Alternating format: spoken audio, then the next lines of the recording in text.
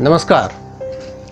स्वर्गीय हरिहर निवास द्विवेदी द्वारा संकलित ग्वालियर के दस्तावेजों के अनुसार प्रतिहार वंश के महाप्रतापी सम्राट मिहिर भोज का शासन संवत 932 और 933 में ग्वालियर पर रहा।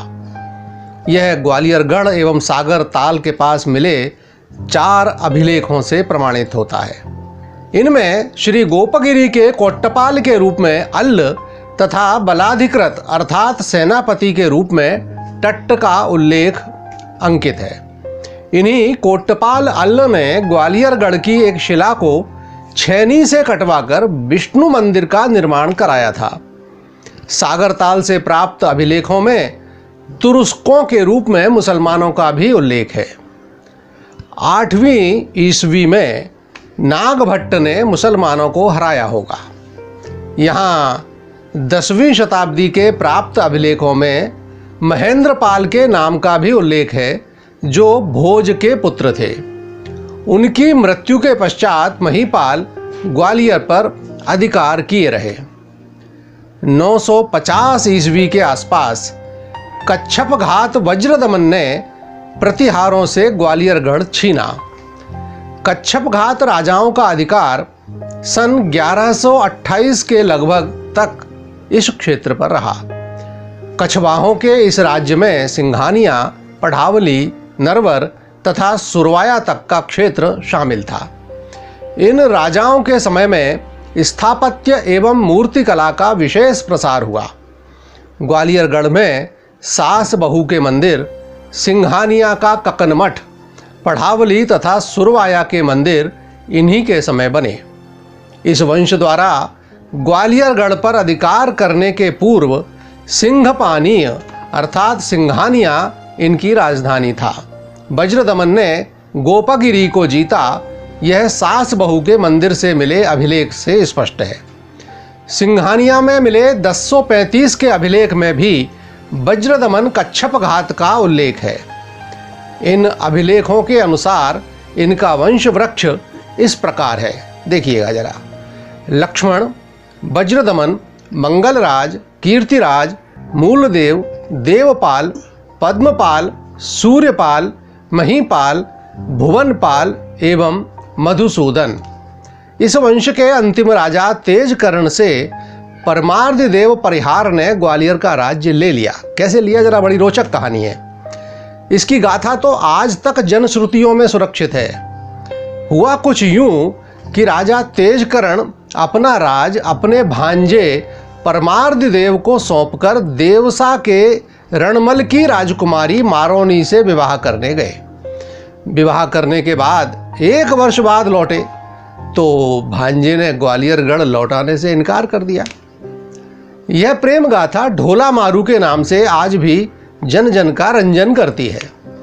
तो इस प्रकार कछवाहों के पश्चात इस अंचल का शासन परिहारों के हाथ में आया। संभवतः ये परिहार राजा कन्नौज के राठौड़ राजाओं के अधीन थे। परिहार राजवंश में सन 1129 से 1261 तक परमार्दिदेव के बाद रामदेव, हमीरदेव, कुबेरदेव, रत्नदेव, लोहांगदेव तथा सारंगदेव, इन 7 राजाओं का वर्णन मिलता है। मुसलमान इतिहासकार कहते हैं कि सन 1196 में कुतुबुद्दीन ऐबक ने ग्वालियर जीता।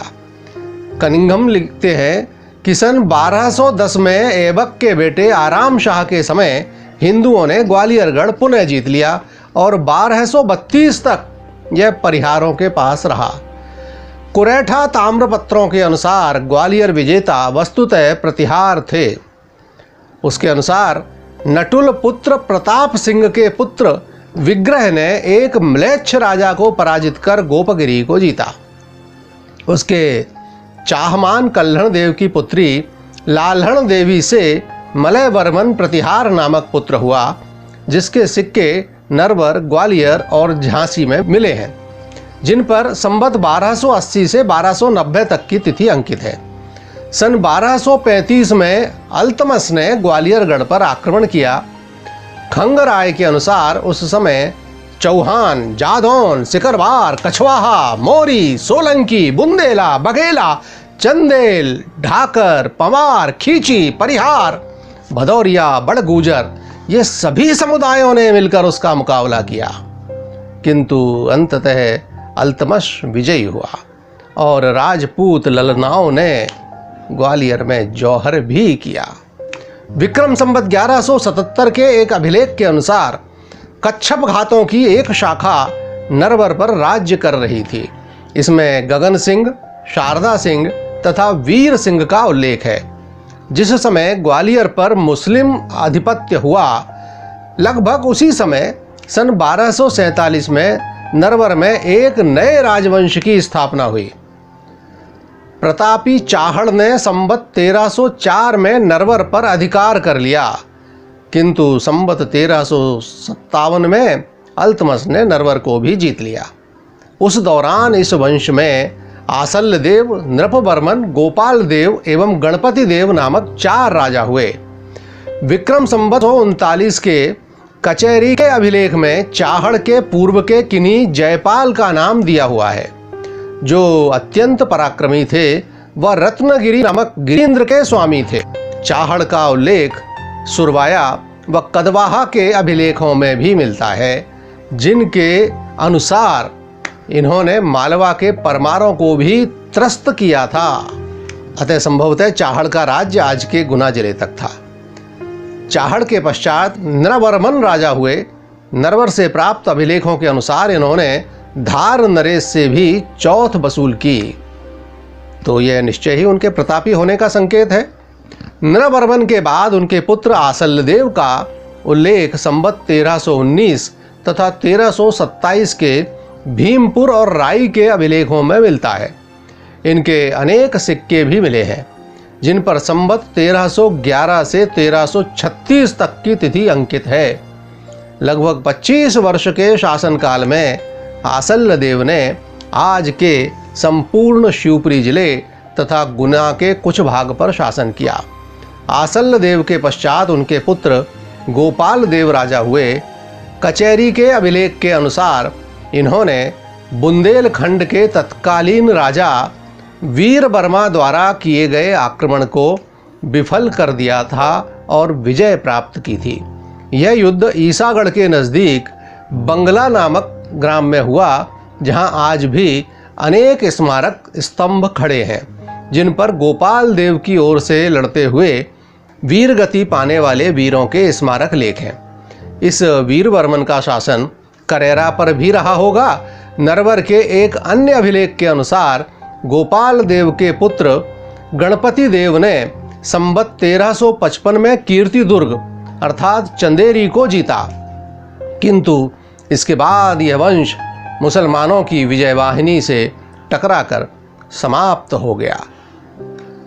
सन 1375 में जब भारत पर तैमूर लंग ने आक्रमण किया, तब भारत में मुस्लिम सत्ता डांवाडोल हो गई और अवसर का लाभ उठाकर तोमर वंश के वीर सिंह ने ग्वालियरगढ़ पर अधिकार कर लिया। उनके बाद उद्धरण देव 1400, विक्रम देव गजपति देव 1419, डूंगरेंद्र सिंह, कीर्ति सिंह, कल्याण मल्ल और मान सिंह 1486 ये तोमर शासक हुए। उस समय तक तोमरों को प्रारंभ से ही मुसलमानों से लोहा लेना पड़ा। मालवा के हुशंग शाह और दिल्ली के मुबारक शाह डूंगरेंद्र सिंह को सतत कष्ट देते रहे।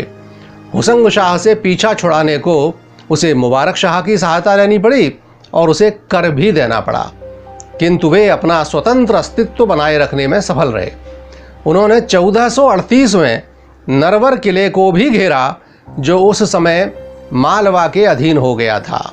यद्यपि उस समय उनका यह प्रयत्न सफल नहीं हुआ, किंतु बाद में नरवर तोमरों के अधीन अवश्य हो गया, क्योंकि उनकी वंशावली नरवर के जय स्तंभ पर उत्कीर्ण है। डूंगरेंद्र सिंह के 3 वर्षीय शासन के बाद उनके पुत्र कीर्ति सिंह ने 25 वर्ष शासन किया। उन्हें भी अपना शासन बचाए रखने के लिए कभी जौनपुर तो कभी दिल्ली को मित्र बनाना पड़ा। उनके पुत्र कल्याण मल्ल के समय की कोई महत्वपूर्ण घटना का उल्लेख नहीं है, किंतु कल्याणमल के पुत्र मान सिंह ने ग्वालियर के मान को बहुत ऊंचा उठाया। इनके शासनकाल में दिल्ली के बहलोल लोदी ने ग्वालियर पर आक्रमण प्रारंभ कर दिए। कभी कूटनीति से तो कभी धन देकर मान सिंह ने इस संकट से निजात पाई। बहलोल 1489 में मरा और सिकंदर लोदी गद्दी पर बैठा। उसकी भी नज़र ग्वालियर पर थी, किंतु मान सिंह के प्रताप को भी जानता था। अतः उसने मित्रता का हाथ बढ़ाया और राजा मान सिंह को घोड़ा और पोशाक भेजी। मान सिंह ने भी 1000 घुड़सवारों के साथ अपने भतीजे को भेंट लेकर सुल्तान से मिलने बयाना भेजा और 1507 तक उन्होंने निष्कंटक राज्य किया।